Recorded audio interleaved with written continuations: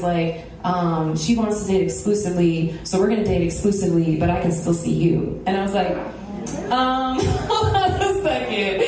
That's not how this works, you know? I'm like, no, like, and I respect her too much. Like, we're done. If that's what you want to do, like, I'm not just gonna, you know, and he's like, well, she said what she doesn't know doesn't hurt her. And I'm like, but it does.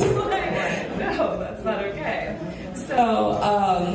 So that was a form of cheating, right? Another example would be you tell your partner, okay, I'm gonna let you know if I hook up with anybody else or whatever, and then you go on a trip and hook up with somebody and you come back and you don't ever tell your partner. That's breaking an agreement, breaking a boundary, not being honest, you know? And then what happens if that person had an STD or something, and then you're wondering where you got yours or whatever, and they never told you that they had this with their partner? Because there's really no excuse for that in poly, especially because it's like we're open and honest about everything, at least we should be. So it's like, you know, I'm gonna receive whatever it is you have to tell me. You might as well just tell me from the beginning instead of hiding it and lying and cheating and doing all of that. So yeah,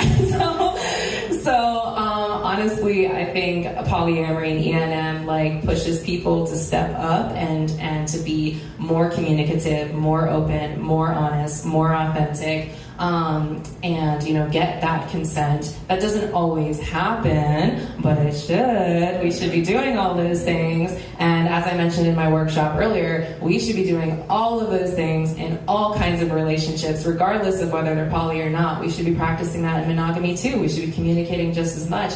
However, most people don't, because they can settle and they can get away without doing it in monogamy because they know that that person's going to be there regardless of what they do because we're married or we're locked in or whatever. Versus with polyamory, it's like, oh, well, if you're not pleasing me, I'm going to spend more time with this other person who is.